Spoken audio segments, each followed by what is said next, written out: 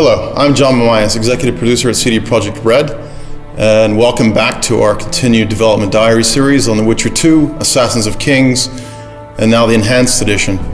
Today we're going to delve into some of the new features we've created for the Enhanced Edition. To allay some of the story complexity, we've created some new cinematic sequences and spread them throughout the game.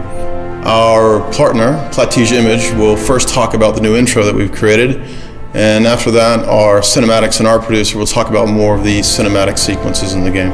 Just after finishing The Witcher 1, CD Projekt came to us with the idea of the intro for The Witcher 2, and it was quite a long time ago. It was like 3 years ago, and Witcher 2 wasn't even there.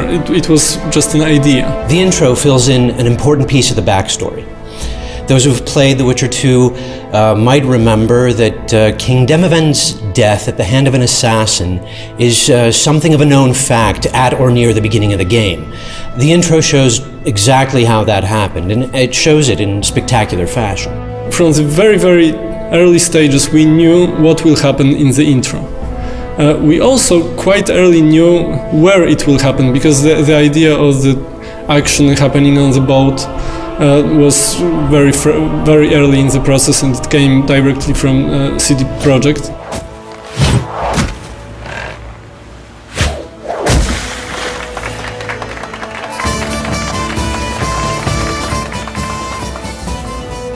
One of the very early ideas was that who is the assassin is using a hornet nest to start a chaos on the boat, and he's using this chaos to kill the king and escape from the boat. But I wasn't sure that it would really work as a cinematic experience, and after some discussions with Adam Badowski and some other people in CD Projekt, we came with the idea of the ice bomb. At the beginning we see the ship, the party, the jesters fooling around, then there's a freezing of the ship and the havoc that the assassin creates among the crew members. We wanted this final moment, crowning the whole action, to be really brutal, raw and ugly. I've realized that it will be so much more interesting and there will be so much more tension if we actually make the assassination during the collapsing of the ship. And this idea was very late in the process. It was after all these stages of acceptation, and it already changed everything, but we loved it so much in Platige, and the people in CD Projekt also loved the idea, that we decided like a week before the start of the production to change this detail, which actually changed everything.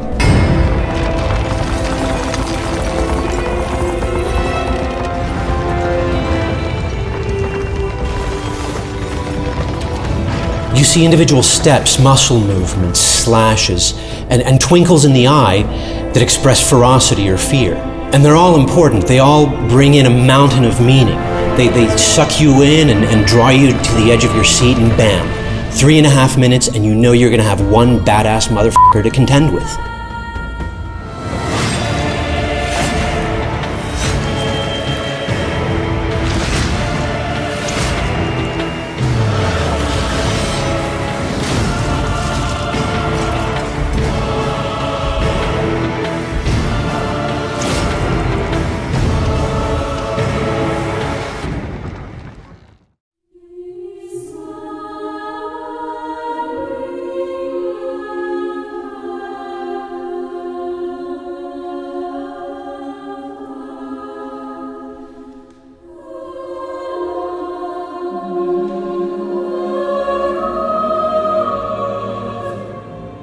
Besides the CG intro, we prepared a lot of new other video sequences. One of them are the loading movies. They were constructed to summarize what happened in the previous act and create a smooth transition to the next one. Grabbing Geralt, I embarked on a voyage upriver, deeper into the Pontar Valley. We also added 11 new cutscenes, all placed in the various places of the game.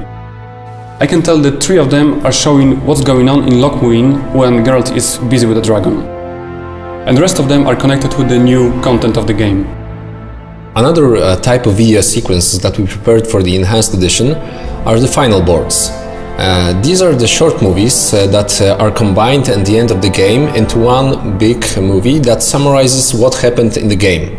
Depending on the player choices, you can end up with 12 versions of those movies. Especially for this part of the game, we composed new music and recorded it with a live choir. The Witcher had traveled far and wide in search of the Kingslayers. Along the way, he had met both the righteous and scoundrels, Bernard Laredo amongst the latter. Additionally, we've prepared a completely new outro for the game. It was fully rendered on our own technology, Red Engine. And right from the start we decided it was going to take place in a whole new location, so yeah, we created a whole new location for it, which includes like new trees, new bushes, everything, just to have it geologically different. We also wanted to create this perfect view, and I think we achieved it is with this bridge that goes across a river. There's a forest on each side of the river, there's a mountain far off in the distance. It looks absolutely stunning, and I hope you guys will like it. So we've only just scratched the surface of the new content we're adding to Witcher 2 Assassins of Kings Enhanced Edition.